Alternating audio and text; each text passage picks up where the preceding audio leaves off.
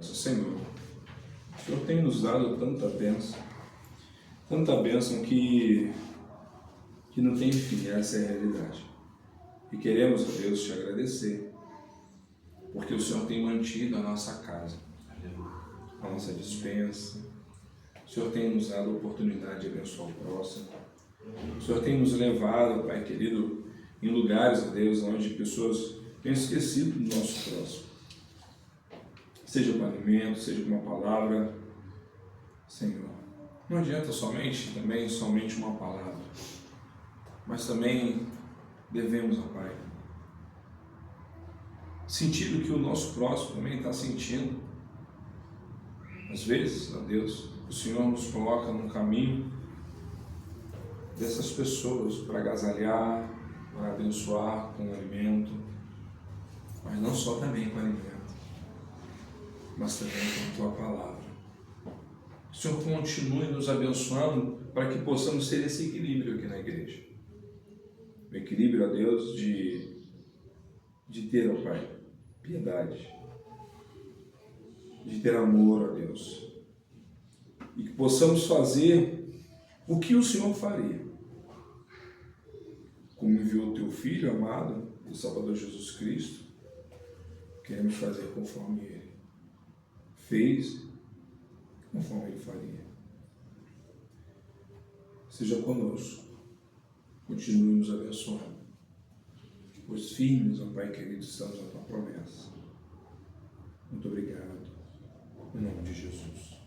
Amém. Chamar o pastor Flávio nesse momento, por favor. Vamos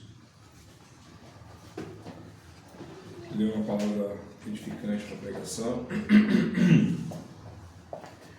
que está em Isaías 53,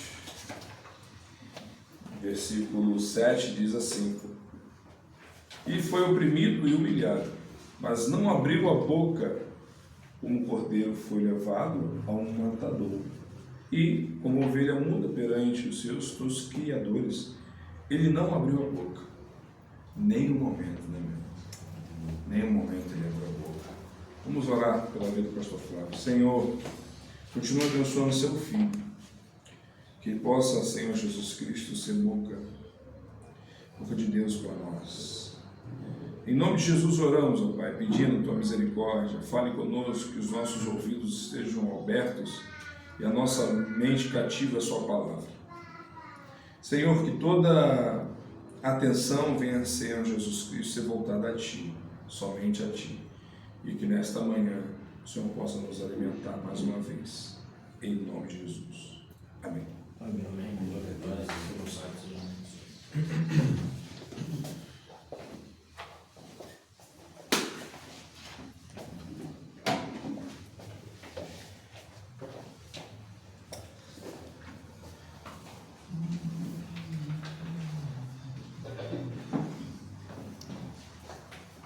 Aleluia.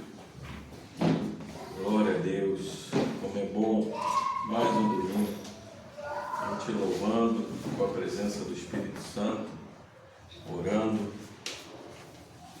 E agora chega o momento de ouvirmos a palavra do Senhor. É o momento mais sublime, essa palavra que é eterna, que sempre esteve no coração de Deus e que nos toca todo dia que ouvimos e que estamos na presença do Senhor na Santa Igreja, e que assim seja até Cristo voltar ou Ele vier nos buscar, para a glória dEle. Meus irmãos, a gente tem pregado o Evangelho de Marcos e estamos chegando no final. Como diz meu irmão Marcos, estamos chegando na parte triste. Mas é interessante que essa tristeza se transforme em alegria.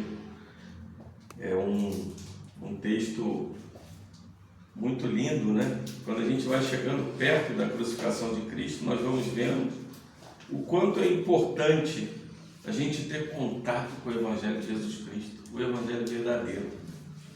Porque hoje, o que mais se vê na igreja é um Evangelho frágil, que na verdade a gente chama de evangelho com letra minúscula, porque muitos aí pregam prosperidade, muitos aí pregam as benesses, as bênçãos, mas não querem pregar o abençoador, que é aquele que verdadeiramente fez a maior obra de amor, de justiça, de tudo para nós. E nossa função aqui na Igreja Fiel é justamente trazer para nós todos, o povo de Deus, o Evangelho da Cruz. E não tem algo mais lindo do que essa obra. Cada vez que a gente lê um texto sobre a crucificação ou sobre o que quer que seja dos passos de Jesus, nós paramos, pensamos, refletimos e não conseguimos jamais atingir essa profundidade. É algo tão profundo que às vezes a gente se vê tão pequeno diante de algo tão grande. Hoje nós vamos continuar, estamos iniciando o capítulo 15 em Marcos, a gente vai do verso 1 ao verso 20, primeira parte do verso 20, e vamos ler a palavra do Senhor. Acompanhe aí na sua Bíblia. Assim diz a palavra do Senhor: logo pela manhã entraram em conselho os principais sacerdotes, os anciãos, os escribas e todo o sinédrio, e amarrando a Jesus levaram e o entregaram a Pilatos. Pilatos o interrogou: és tu o rei dos judeus? Respondeu Jesus: tu o dizes. Então os principais sacerdotes o acusavam de muitas coisas. Tornou Pilatos a interrogá-lo: nada respondes? Vê quantas acusações te fazem. Jesus, porém, não respondeu palavra, a ponto de Pilatos muito se admirar. Ora, por ocasião da festa, era costume soltar ao povo um dos presos, qualquer que lhes pedisse. Havia um chamado Barrabás, preso com os amotinadores, com os quais um tumulto haviam cometido homicídio. Vindo a multidão, começou a pedir o que lhes fizesse como de costume. E Pilatos lhe respondeu, dizendo: quereis que eu vos solte o rei dos judeus? Pois ele bem percebia que, por inveja, os principais sacerdotes lhe o haviam entregado. Mas eles incitaram a multidão no sentido de que lhes soltassem, de preferência, Barrabás. Mas Pilatos lhe perguntou: que farei então? Deixa quem chamais o rei dos judeus. Eles, porém, clamavam: crucifica-o. Mas Pilatos lhes disse: que mal fez ele? E eles gritavam cada vez mais: crucifica-o. Então Pilatos, querendo contentar a multidão, soltou-lhes Barrabás. E após mandar açoitar Jesus, o entregou para ser crucificado. Então os soldados o levaram para dentro do palácio, que é o pretório, e reuniram todo o destacamento. Vestiram-no de púrpura e, tecendo uma coroa de espinhos, lhe a puseram na cabeça. E o saudavam, dizendo: salve, rei dos judeus. Davam-lhe na cabeça com um caniço, cuspiam nele, e pondo-se de joelhos o adoravam. Depois de o terem escarnecido, despiram-lhe a púrpura e o vestiram com suas próprias vestes. Até aí. Meus irmãos, nós, seguindo aqui no Evangelho, nós vamos lembrar que os acontecimentos continuam a se desdobrar à medida que Jesus caminha para o seu destino que Deus determinou para ele. A partir da quarta-feira que Judas oferece ele, entregando ele para os líderes, o movimento vai se acelerando cada dia mais. Na noite de quinta, na última ceia, nós entendemos porque Jesus precisava ser entregue e morto, a importância da sua morte. Em seguida ele vai ao Getsemane com os seus discípulos, onde ele ora e é preso ali por volta da meia-noite. Durante toda a noite até o amanhecer, ele é submetido àquele julgamento do Sinédrio. Aqueles homens procuravam uma causa para condenar Jesus. E por não ter achado causa, eles ainda assim continuam a caminhar e se aceleram, e no alvorecer, quando a primeira luz começa a tomar forma, eles levam a Pilatos, para Pilatos julgar conforme o julgamento romano. É interessante que nesse capítulo 15, a responsabilidade pela perseguição é transferida do Sinédrio para Pôncio Pilatos. Como aconteceu no Sinédrio, Jesus é retratado mais uma vez se submetendo em silêncio, aquiescência, com essa engrenagem cruel de perseguição contra ele. E nós vamos ver que tudo vai se seguir para a crucificação. O interessante é que toda a sequência ela vem acontecendo como se de um tribunal humano.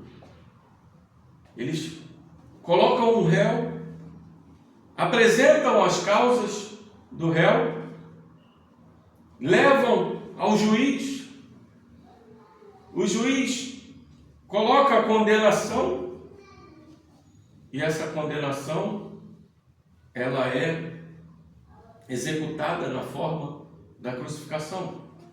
Então nós temos todas as etapas ali do julgamento humano. Mas o que eu quero que fique claro para vocês aqui, nesse texto, não é o que a gente olha, o que aconteceu com Jesus no sentido de algo sensacionalista. Esse texto está aqui para nos mostrar a vileza dos homens, o escárnio, a zombaria e a forma que os homens agem diante de Deus. E isso nos fala muito, porque muitos textos ali vão mostrar que zombadores passavam por ele, balançavam a cabeça. Jesus morre rejeitado, sozinho, até o tempo que o véu do santuário se rasga em dois, de cima para baixo. Esse texto vai nos mostrar as atitudes do santo e as atitudes dos iníquos. E se você parar para olhar, meus irmãos, a Bíblia, de Gênesis a Apocalipse, ela retrata a atitude iníqua e ímpia dos homens e a atitude santa e reservada e sublime de Deus. A Bíblia é toda assim. Eu tenho recentemente estudado um pouco da escatologia dos profetas e é interessante como a todo momento o homem peca, Deus pune, mas Deus em sua graça perdoa. O homem peca, Deus pune, mas Deus em sua graça perdoa. O povo de Israel a todo momento cometia os mesmos erros. E não se trata só de Israel, mas de Judá. E não se trata mais só do Brasil ou dos Estados Unidos, são todas as nações, todos os homens, sempre cometem os mesmos erros. Damos graças a Deus por Cristo Jesus, nosso Salvador, que em sua graça perdoa não só o seu povo, mas faz com que aqueles que adoram a impiedade e a iniquidade continuem caminhando nesse mundo, recebendo o sol que se põe e nasce sobre justos e injustos, e a chuva também que cai para justos e injustos, recebendo muitas vezes o perdão que não conhecem. Começando aqui nesse texto, nós temos que falar um pouco sobre o protagonista, o segundo protagonista, porque o maior é Jesus. Pôncio Pilatos, ele não fazia parte da classe senatorial de Roma, mas ele foi indicado por um homem muito influente de Roma. Ele era visto como chamado de governador ou prefeito. Ele foi administrador ali da Judéia sob o legado da autoridade de Síria. Roma tomava toda aquela região, mas o legado de Pôncio Pilatos era de Síria, tanto que ele comandava soldados não romanos de Samaria e da Síria. Pôncio Pilatos morava ali em Cesareia Marítima, mas no tempo das festas ele ia para Jerusalém, porque os romanos tinham a preocupação daquela ideia de Messias, que um dia chegaria um Messias para poder tomar o reino que era peculiar dos romanos nesse momento. Então o governador ele se deslocava geralmente para o palácio de Herodes e ficava ali esperando com que aquelas pessoas pudessem fazer algo.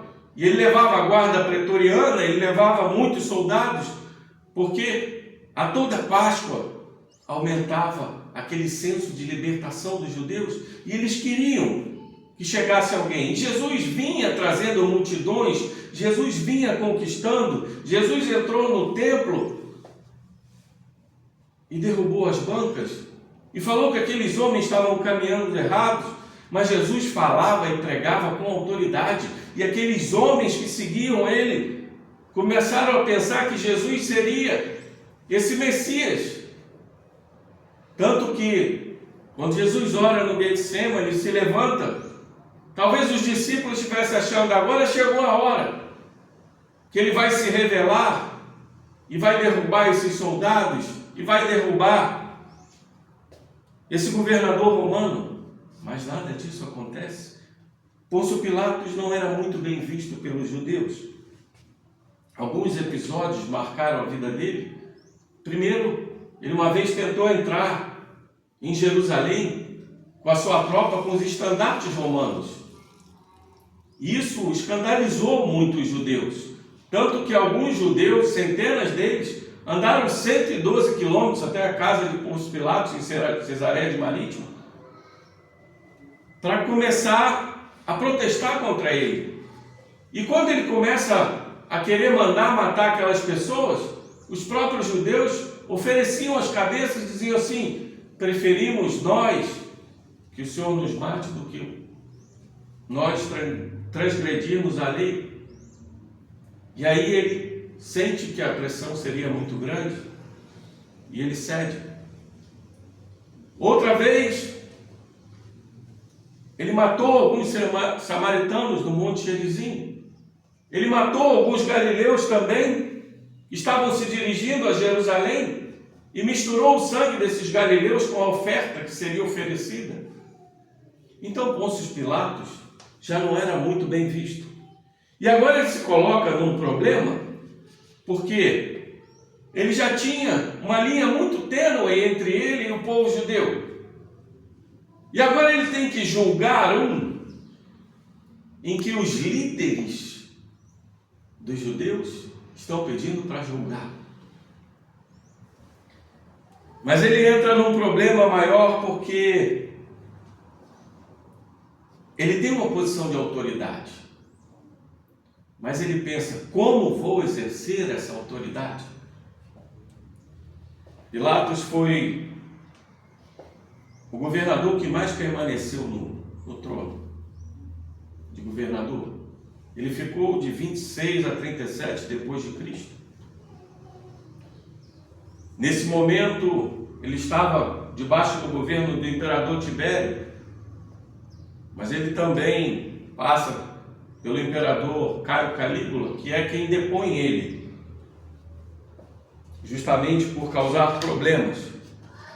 E aí você para e pensa, quando você olha para esse julgamento e fala assim, mas me parece que Pôncio Pilatos tentou agir de forma correta. Por que será que ele agiu assim? Vamos seguir no texto para a gente entender. Olha a sequência. Os principais sacerdotes, os anciãos, vieram ali do Sinédrio, amarraram Jesus, levaram e entregaram a Pilatos. E Pilatos logo o interroga: és tu o rei dos judeus? Respondeu Jesus: tu o dizes. Meus irmãos, aqueles homens, mestres da lei, os sacerdotes, os sumos sacerdotes procuravam toda a noite uma razão e testemunhas para condenar Jesus, mas eles não acharam nada. E eles tinham apenas uma acusação de blasfêmia, que era uma acusação religiosa. Mas isso para os romanos, apesar de os romanos darem a liberdade para os judeus exercerem sua religião, eles pensaram o seguinte: o que nós vamos apresentar a Pilatos? Porque nós vamos falar de uma blasfêmia, que é algo religioso, que ele muito não se importa. Mas vamos levar a ele algo que ele possa se importar. Porque a blasfêmia dizia muito para os judeus, mas para aqueles imperadores, governadores, prefeitos romanos, nada dizia. Porque o culto verdadeiro deles era o culto ao imperador. Quem se levantasse contra o imperador, esse sim era o inimigo do Império Romano. E Jesus, quando é perguntado se ele é o rei dos judeus, ele diz: tu o dizes, como se ele dissesse assim: sou, mas deveria considerar melhor essa pergunta. É como se ele estivesse dizendo isso. Então, os principais sacerdotes o acusavam de muitas coisas. O que são essas muitas coisas? Marcos não vai nos dizer, mas Lucas nos mostra. Em 18:30, Lucas 18:30 vai dizer, esses homens vão dizer: entregamos-te um malfeitor.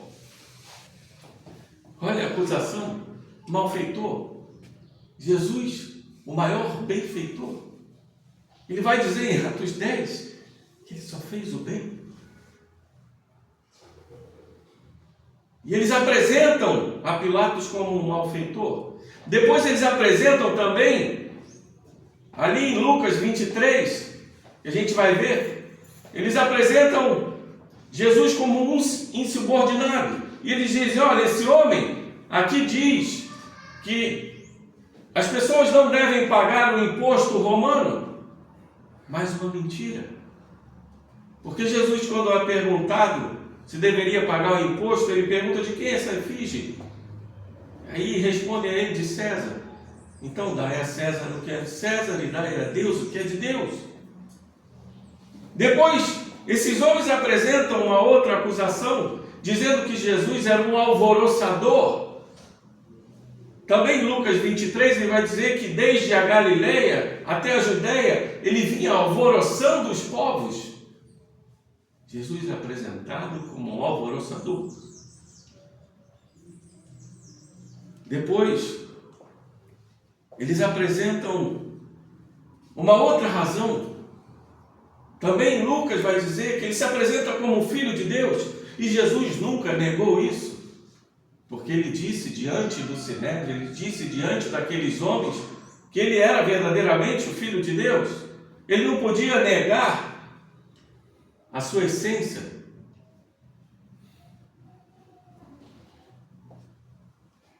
E a gente vai vendo esses homens apresentarem razões que são contrárias à verdade. A que ponto chega o ser humano para tentar condenar uma pessoa inocente?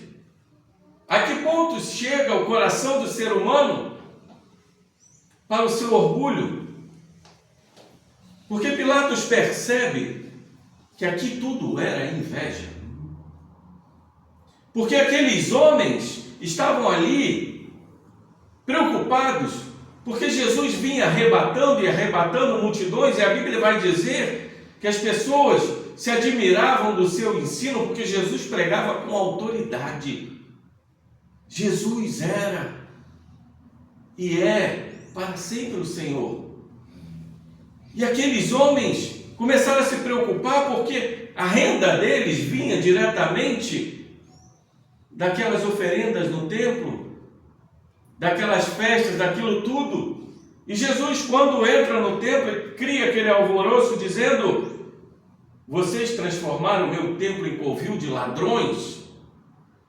Jesus está dizendo para eles: esse templo aqui não serve mais para nada, e por isso eu derrubarei esse templo e erguerei outro em 3 dias. Mas os evangelistas vão dizer que Jesus está falando do seu corpo. O verdadeiro templo é Ele. É o nosso verdadeiro sumo sacerdote. E esses homens tentam apresentar essas causas, mas ainda assim Pilatos tornou a interrogar Jesus e diz assim: nada respondes? Vê quantas acusações te fazem. Meus irmãos, no julgamento romano era basicamente isso. As causas eram apresentadas, dava-se o direito de réplica ao acusado e vinha o veredito.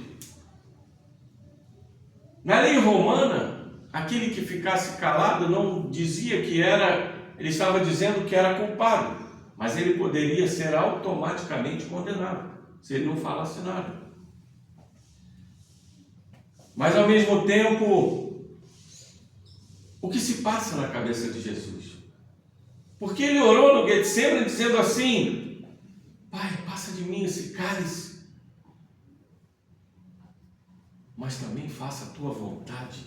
Jesus sabia que o propósito de Deus era um propósito maior, e Jesus sabia que todas aquelas profecias nos livros do Antigo Testamento seriam cumpridas. E aqui, diante deles, o texto vai dizer que Jesus, porém, não respondeu palavra, a ponto de Pilatos muito se admirar. Pilatos se admira porque aquele homem, ele estava percebendo que ele era acusado injustamente e ele não abre a boca. Isso tem muito a nos ensinar, meus irmãos. E Pilatos entra num dilema agora, porque ele tem um homem inocente. Ele percebe a inveja. Ele percebe que aqueles homens estão acusando. 3 vezes Pilatos chega para eles e diz assim: na primeira vez, ele diz: não vejo nada, mal nenhum nesse homem. Depois Pilatos, mais à frente, quando eles falam assim: esse homem veio alvoroçando desde a Galileia até a Judeia, aí Pilatos pensa assim: se ele é da Galileia, vou mandar ele a Herodes, para que Herodes Antipas julgue ele. E ele manda. E ele chega diante de Herodes Antipas, e Herodes devolve ele. A Pilatos diz: não achei mal nenhum. E Pilatos fala para aqueles líderes novamente: olha, vocês me disseram que ele era alvoroçador, eu mandei para Herodes, e Herodes me mandou de volta, e a gente viu que ele não fez mal algum, não achamos culpa nenhuma dele. E mais uma vez, no final do julgamento, Pilatos também diz que mal fez ele. 3 vezes Pilatos tenta mostrar. Mas aqueles homens continuam e não param. E aí Pilatos pensa: eu já não sou bem visto. Se eu falar agora algo contrário e disser, eu vou tentar soltar. Primeiro Pilatos mostrou as razões, que ele fala assim: eu não vi mal algum. Ele tenta que aqueles homens recuem, mas eles não recuam. Depois Pilatos pensa numa meia medida. Outros evangelistas vão dizer que Pilatos diz assim: mande açoitá-lo e depois solte. Mas ainda assim aqueles homens não queriam isso. Essas meias medidas. Depois Pilatos apresenta outras razões para ele e diz assim: vamos colocar agora diante de vocês essa decisão. E a multidão pedia a ele: faz o que o Senhor faz de costume. Muitos estudiosos e críticos do texto vão dizer que esse costume de soltar uma pessoa na Páscoa não existia, porque Flávio Josefo, o maior historiador, não comenta em momento nenhum. Mas é bem verdade que o imperador romano, ele podia, não só o imperador, mas o prefeito, o governador, ele podia liberar alguém antes da condenação e após a condenação. O que na palavra do latim seria o abolicio e a indulgência. Então, o que torna esse fato verídico é que Pilatos tinha autoridade para soltar quem ele quisesse, a hora que fosse. E o interessante é que Pilatos chega e vê um homem chamado Barrabás que foi preso com os amotinadores. Barrabás, não se conta muito a história dele, mas vai dizer que aquele homem era um revolucionário, que vivia querendo derrubar, mas também era um assassino. Numa dessas confusões ele havia matado pessoas. E esse assassino é colocado ao lado de Jesus. E quando ele é colocado ao lado de Jesus, Pilatos pergunta: quereis que eu vos solte o rei dos judeus? Mais uma vez Pilatos tenta colocar diante deles, porque ele percebia que a inveja daqueles homens era o que movia aquele julgamento.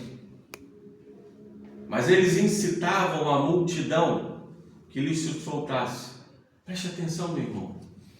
No início dessa semana, Jesus entrou em Jerusalém e o povo falava: Hosana, Hosana. Bendito venha o rei. E um pouco tempo depois, a mesma multidão dizendo, se alvoroçando: crucifica-o, crucifica-o. Quão pobres somos nós, seres humanos, que num momento a gente percebe a verdade e no outro momento a gente escolhe a mentira. A vileza dos homens é algo tão grande que eles estavam incitando para que soltasse Barrabás. E o interessante é que o outro evangelista vai dizer que o nome era Jesus Barrabás. E o que Pilatos pergunta é: vocês querem que eu solte Jesus Barrabás ou querem que eu solte Jesus esse, o rei dos judeus? E a palavra Barrabás, em aramaico, bar quer dizer filho e Abba, pai. O filho do pai. O filho do pai com letra minúscula estava diante do filho do pai com letra maiúscula. E é interessante que esses homens preferem a iniquidade do que a santidade. Preferem o ódio do que o amor. Preferem um assassino do que um santo. Qualquer semelhança é mera coincidência. Recentemente nós vimos uma pessoa conivente com o tráfico, uma pessoa aqui no estado do Rio de Janeiro, que tinham todas as provas que ele ajudava o tráfico, que ele lavava o dinheiro do tráfico, que ele tinha conivência com o tráfico, e ele é solto, e uma multidão segue ele, fazendo festa para ele, nas ruas, em volta do presídio. Isso não é peculiar dos judeus, isso é peculiar de todos os seres humanos. É a famosa palavra que na filosofia política a gente usa, chamada bandidolatria. O ser humano prefere o pecado do que a santidade. O ser humano prefere a iniquidade do que a obediência. Isso é muito triste, porque quando a gente olha para esse texto, ele nos remete a nós, a nossa atualidade. Por isso que Billy Graham dizia que a Bíblia é mais atual que o jornal de amanhã. Porque essa vileza, ela não é só dos judeus, ela é de toda a humanidade, em todos os tempos, em todas as eras. Por isso é que Paulo vai dizer que aquele que está de pé vigie para que não caia, porque nosso coração é enganoso. E Pilatos, a última vez, que mal fez ele? Crucificam, gritavam cada vez mais, com mais vontade no coração. Aquele que é Deus se fez homem, aquele que é juiz estava sendo julgado, aquele que era santo estava sendo visto como pecador, aquele que não abriu a boca ouvia gritos profanos de crucificam, crucificam. Meus irmãos, Pilatos, querendo contentar a multidão, soltou Barrabás após mandar a soltar Jesus e entregou para ser crucificado. Preste atenção. A pior coisa que existe é um homem que tem autoridade e que não sabe usar a autoridade. A pior coisa que existe é aquele homem que tenta agradar. Aqui nós vemos uma decisão política, não uma decisão de verdade. E o que hoje os tribunais do mundo fazem? Decisões políticas para agradar uma elite e não agradar verdadeiramente a vontade do povo. Isso não é peculiar do Brasil, mas de todo o mundo. As autoridades têm sido corrompidas e elas pensam mais no seu orgulho, na sua fama, na sua apresentação diante do povo, do que propriamente em executar a justiça e a verdade. E esse homem tinha autoridade. Ele viu que aquilo era feito por inveja. Ele viu que não existia acusação verdadeira. E esses homens tentam apresentar ele como rei, porque, como eu falei lá atrás, no Sinédrio, eles não acharam nada, a não ser a blasfêmia de que ele dizia ser o Filho de Deus e que derrubaria o templo e ergueriam outro em 3 dias. Mas isso não importava para os romanos. Mas agora eles apresentam ele como rei. E apresentando ele como rei, eles colocam um problema na mão de Pilatos, porque por mais que Barrabás fosse um assassino, um alvoroçador, esse outro está se dizendo rei.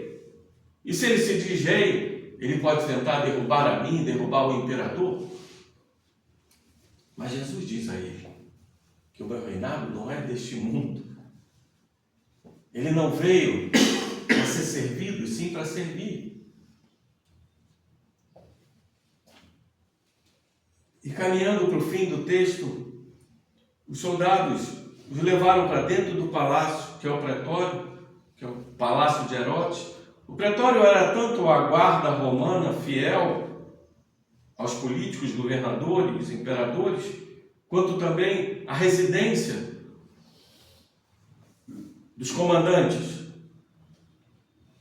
E o interessante é que esses homens que assistiram o julgamento entenderam as acusações. Porque olha aqui, Jesus tinha a acusação de ser o rei dos judeus. E o que eles fazem? Vestem-nos de púrpura, que era um tecido considerado real, porque a púrpura era caríssima. Então só os reis e os governantes usavam aquele manto de púrpura.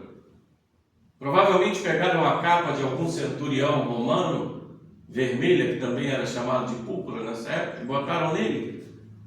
E teceram uma coroa de espinhos. E essa coroa de espinhos era como se fosse para representar o governador helenista que tinha aquela grinalda, porque eles só achavam dignos de botar uma coroa verdadeira quem fosse verdadeiramente um imperador. E eles consideram Jesus um príncipe vassalo.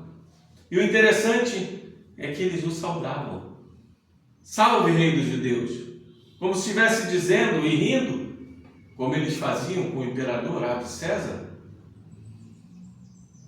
Mas ao mesmo tempo que eles saudavam, escarnecendo deles, eles batiam na cabeça de Jesus com um caniço, provavelmente um junco, que tinha muito naquela região, em torno do Jordão. E ele também tinha acusação de ser filho de Deus. E eles se ajoelhavam para escarnecer dele. E o adoravam, rindo, brincando. Então aqueles soldados que estavam presentes falavam: ele não é o rei, ele não é Deus. E escarneciam dele. E manda açoitar Jesus. Meus irmãos, aqui vem um ponto interessante. Esse açoitamento não era um açoitamento comum, como a gente vê. Um chicote nas costas. O chicote romano ele era chamado de flagelo. O flagelo era um chicote com tiras de couro que tinha em sua ponta, geralmente, pedaços de osso ou de metal. E quando aquele chicote batia nas costas, eles puxavam e aquilo rasgava todas as costas dos homens, mostrando muitas vezes a entranha. Muitos morriam só no açoitamento, não chegavam nem a ser crucificados, porque a hemorragia era tão grande que eles não conseguiam chegar na crucificação. E esse cordeiro mudo é açoitado de uma forma cruel. Mas o propósito de Deus ele é tão grande, meus irmãos, que nem ele sendo muito açoitado, Jesus não morreu nesse momento. Porque Deuteronômio vai dizer que maldito é aquele que é pendurado no madeiro. E Jesus precisava ser feito maldição em nosso lugar. E ele precisava que isso fosse cumprido. E ele permanece mudo, porque ele sabia que o propósito de Deus era algo maior. T.D. Jakes, um grande pregador americano, uma vez falando em uma de suas pregações, ele diz assim: o lugar mais seguro que você pode estar é dentro do propósito de Deus. Porque Paulo vai dizer que todas as coisas cooperam para o bem daqueles que amam a Deus e que são chamados segundo o seu propósito. Dentro do propósito de Deus, Deus diz para você: eu te protegerei, eu estarei contigo, eu caminharei com você. Esse é o lugar mais seguro. Quando você está no propósito de Deus, todas as coisas serão feitas da forma de Deus. É o momento que a gente fala assim: eu estou caminhando, eu não sei o que está acontecendo, as coisas têm piorado, mas eu estou seguro porque eu estou dentro do propósito de Deus. Glória a Deus, aleluia, Jesus. É o lugar mais seguro que existe. E Jesus sabia disso. Jesus sabia que estava dentro do propósito do Pai. Ele tinha que se apresentar como o Cordeiro Santo que veio tirar o pecado do mundo. Meus irmãos, terminando esse texto, eu quero falar umas coisas diante de vocês, alguns pontos que a gente tocou aqui. Primeiro, vamos notar como os governantes judeus deram à sua própria nação o fato de que havia chegado o tempo do Messias. Porque esses homens,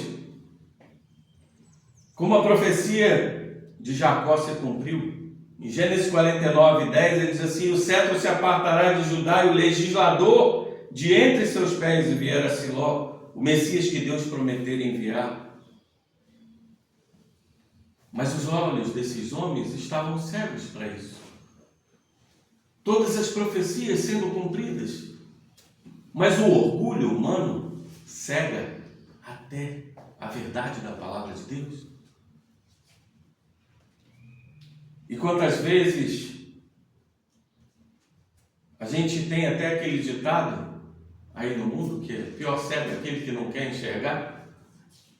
E essa é a verdade, porque aqueles infelizes zombadores escarnecem de um homem que sabiam que era inocente. mas essa conduta deles estava predita. E Pedro também vai dizer em 2 Pedro 3,3: nos últimos dias virão escarnecedores com seus escárnios, andando segundo as próprias paixões. E Pedro não está falando só dos judeus. Pedro está falando da nossa atualidade. Quantas imagens a gente vê de internet de pessoas tratando a cruz de Cristo de uma forma vil, de pessoas fazendo gestos obscenos com a cruz de Cristo, zombando da religião cristã. Isso é a maior prova, meus irmãos, de que o cristianismo é verdadeiro. Porque se isso aconteceu em outra era e continua acontecendo, e isso só acontece com os cristãos, é porque tem o dedo de Satanás nisso. Por que não se levantam contra outras religiões? Por que não acusam outras religiões? Porque o mundo sempre anda do lado dos outros e contrário ao cristianismo. Essa é a maior prova de que a gente segue a verdade. Porque o ser humano prefere a mentira. Porque o ser humano prefere seguir o seu coração do que seguir o confronto, do que seguir a verdade de quem ele é e de quem ele precisa ser. Outro ponto que a gente tocou aqui é importante: a mansidão e a humildade do nosso Senhor Jesus Cristo. Esse é um outro ponto que mostra que o cristianismo é verdadeiro. Porque o verdadeiro cristão, bem-aventurados aqueles que são perseguidos por causa da justiça, porque deles também é o reino de Deus. E nós somos perseguidos por causa da justiça. Meus irmãos, minhas irmãs, se vocês forem difamados, vilipendiados, oprimidos, ouvirem falar mal de vocês, forem mal julgados e muitas vezes condenados, vocês são servos de Cristo. E muitas vezes a gente ouve mudo, chora mudo, vai para casa e ora: Senhor, que mal eu fiz para ser visto desta forma? Por mais que nós saibamos que nós temos pecados, muitas vezes nós somos oprimidos por causa que não nos remetem à nossa culpa. Mas isso faz parte desse sistema do mundo que briga com o sistema cristão, desse imperador das trevas que coloca diante do Deus do universo o eterno rei. E ele a todo momento quer levar pessoas a mais para o inferno. E ele faz com que muitas vezes os servos de Cristo sejam envergonhados, oprimidos, torturados, vilipendiados e condenados. Mas a nossa condenação, ela não vem dos céus, porque nada há de nos separar do amor de Deus, nem principados, nem potestades, nem o presente, nem o porvir, nem a fome, nem a nudez, nem a espada, nada separa do amor de Deus. E muitas vezes é necessário que a gente se mantenha mudo. Porque como Jesus, como ovelha muda perante os seus tosqueadores, ele não abriu a boca. Que a gente aprenda a sofrer com paciência, sem queixas.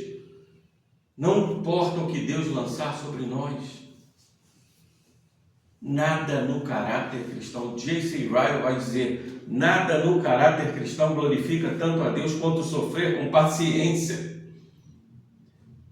Porque Pedro vai dizer: se entretanto, quando praticais o bem, sois igualmente afligidos e o suportais com paciência, isto é grato a Deus, porquanto para isto mesmo fostes chamados, pois que também Cristo sofreu em vosso lugar, deixando-vos exemplo para seguirdes os seus passos.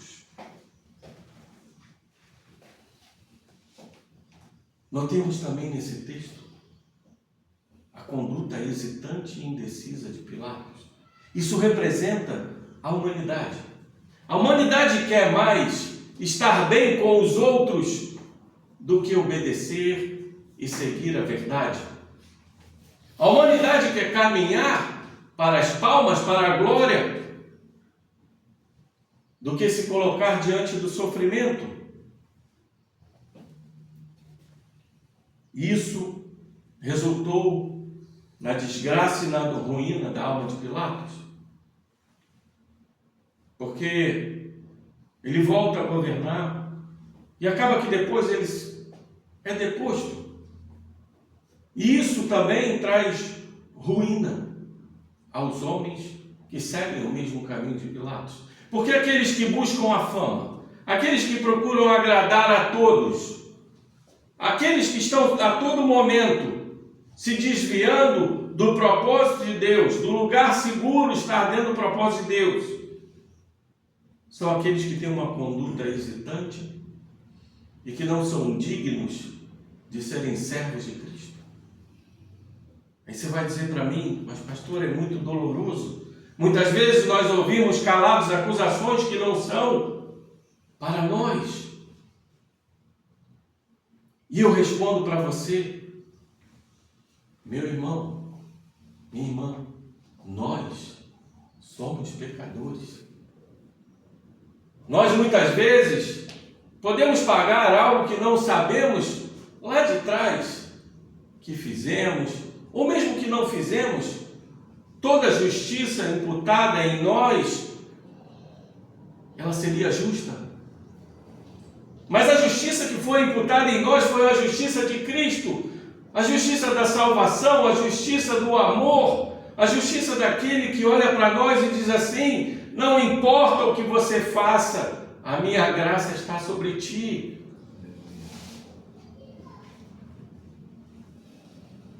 É imensa a culpa dos judeus na morte de Cristo, é imensa a culpa de Pilatos na morte de Cristo, mas é imensa a nossa culpa também. Agora, se eu e você, que somos pecadores, somos vilipendiados, oprimidos, muitas vezes torturados e condenados, aquele que é santo, a minha resposta para vocês: quem é que merece mais, nós ou eles? E ele foi condenado, e ele não abriu a boca, ele permaneceu mudo para cumprir a vontade de Deus. E muitas vezes, meus irmãos, a nossa conduta é o que mostra ao mundo quem nós somos. Porque aqueles que não são cristãos, quando vier a verdadeiramente onda da tribulação ferrenha, esses desistirão, esses não se entregarão, esses negarão o nome de Cristo, e Cristo o negará diante do Pai. Mas aqueles que estão em Cristo saberão que dentro do propósito de Deus, o seu povo tem que ser oprimido, afligido. Infelizes aqueles que pregam que só receberemos bênçãos, bênçãos, bênçãos, porque há de chegar um tempo, meus irmãos, que a opressão irá aumentar. E como esses homens e mulheres estão preparando as suas igrejas para o momento de aflição, para o momento de tortura, para o momento de opressão e quem sabe para o momento até de morte, a pessoa vai falar assim: ué, mas Cristo não prometeu as bênçãos para mim? E eu estou sendo perseguido? Mas sabem vocês, meus irmãos, que Cristo não nos abandona nem nesses momentos.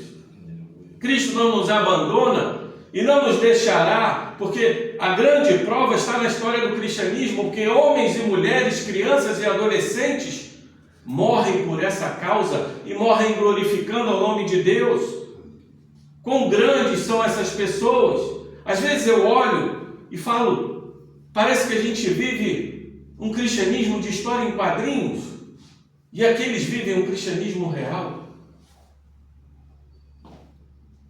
Mas, meus irmãos, aquele que é Deus se fez homem. Aquele que é justo foi visto como injusto. Aquele que é santo foi visto como um pecador. Aquele que é juiz foi julgado. E aquele que era para estar sentado no trono foi colocado numa cruz. Não há crime maior na humanidade. Não há julgamento pior na humanidade. Porque mesmo que o homem muitas vezes erre no tribunal, não há erro maior que esse de condenar um santo, um justo, um inocente, um cordeiro mudo, que coloca em nosso favor. Ele se entrega. Jesus ficou mudo porque ele perdoa e justifica o ímpio. Ele nos justifica o justo pelos injustos. Nós merecemos punição, mas um poderoso substituto sofreu em nosso lugar. Nós precisaríamos nos justificar, mas foi Ele que nos justificou. Nós merecíamos a morte eterna, mas Ele nos deu uma gloriosa garantia de que a morte foi vencida e que nós não passaremos pela morte porque Ele nos ama.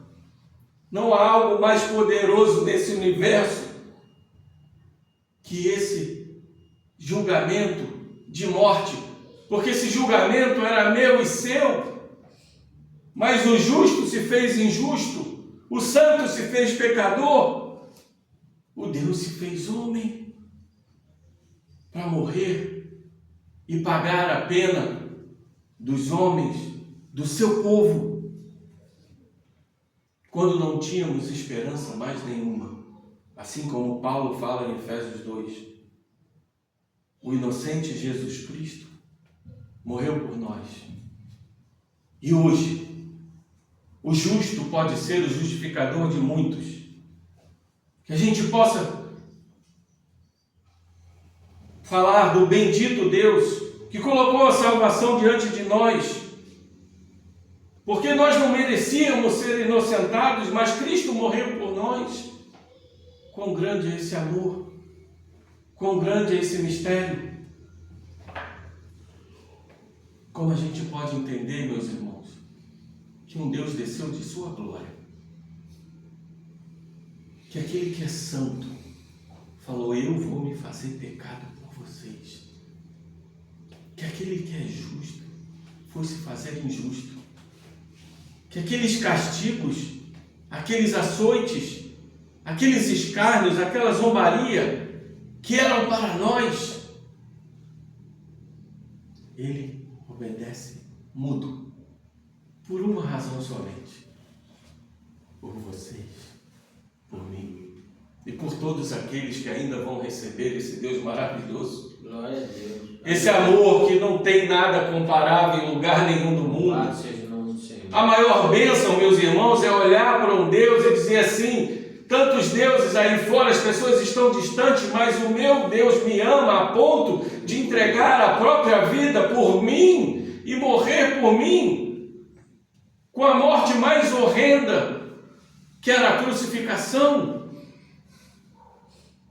Meus irmãos, não há nada nesse mundo, e você que está nos assistindo, e você que está aqui, entenda uma coisa: a maior bênção da sua vida é conhecer esse Deus, a maior bênção dessa vida é entender a obra da cruz, a maior bênção dessa vida é que qualquer coisa que aconteça a você não vai ser pior do que a glória que há de ser revelada, não vai ser melhor, porque a glória de Cristo é algo tão maravilhoso que qualquer que seja a pior difamação, a pior tortura, a pior morte, nós estaremos diante de Deus por toda a eternidade, recebendo esse amor verdadeiro, que é esse amor que Ele colocou nesse julgamento, que Ele colocou nessa cruz e que Ele fez de nós, não o opróbrio, mas as bênçãos do Pai. Nós somos abençoados nas regiões celestiais em Cristo Jesus. Nós já estamos assentados à direita do Pai junto com Ele. E ninguém há de nos arrebatar desse lugar. Você pode dizer assim: mas eu ainda não estou salvo. Você já está salvo no propósito de Deus, você já está salvo e assentado com Cristo à direita do Pai. Não há ninguém que tire uma ovelha de Cristo das mãos dele. Glória a Deus. Aleluia. Porque o amor dele se reflete em seus atos. Que Deus nos dê, meus irmãos, paciência, resiliência, humildade de sofrer como Cristo sofreu, mudo por um propósito maior, refletir esse amor que recebemos e esse amor que devemos dar a todos aqueles que não conhecem a Deus. Vocês podem ser condenados pelo mundo, mas vocês são aprovados por Deus. E não há presente maior que Louvado isso. seja o nome do Senhor. O Senhor Jesus Cristo te ama. Amém. Se você que está nos assistindo não conhece esse amor e quer conhecer esse amor, que você possa baixar a sua cabeça, curvar e orar conosco, porque nós, cristãos, ansiamos por esse amor no teu coração. Nós, da Igreja Fiel, pedimos ao Senhor que você possa ser alcançado e possa olhar para esse Deus maravilhoso e saber que mesmo que você não se sinta amado pela sua família, pelos seus amigos, pelo mundo, você será sempre amado por esse Deus que entregou a vida pela sua vida, para que você pudesse ter vida eterna. Oremos.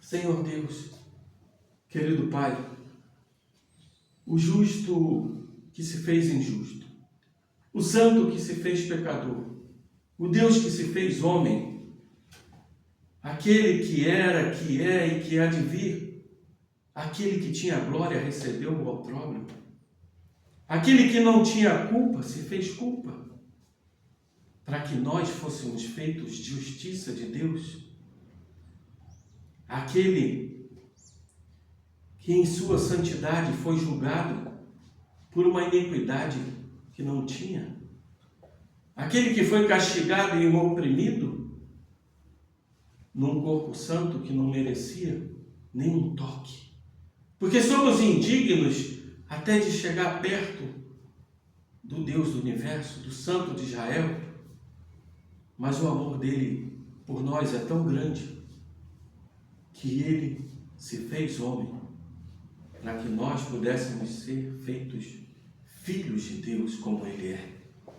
Damos glórias a Deus por aqueles que já conhecem a Ti, Senhor, que conhecem o poder desse julgamento diante não só do Sinédrio, que representa a classe religiosa, não só dos romanos, que representa a classe popular do mundo, mas diante dos anjos, do mundo espiritual, dos anjos e demônios.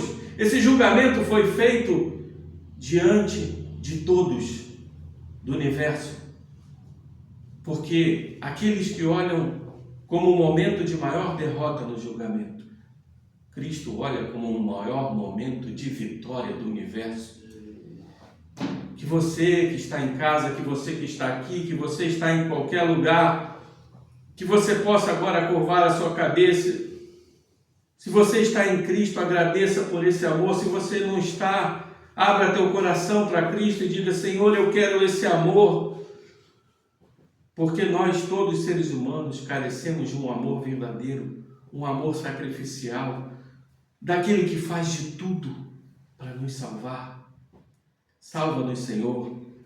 Coloca-nos na Tua glória, que nós podemos cada dia buscar a Ti e receber do Senhor todo o amor que foi colocado no Getsemane, no julgamento do Sinédrio, no julgamento de Pilatos e na crucificação. Que Deus seja louvado por essa obra maravilhosa da cruz. Nós te agradecemos, Pai, em nome de Jesus. Amém.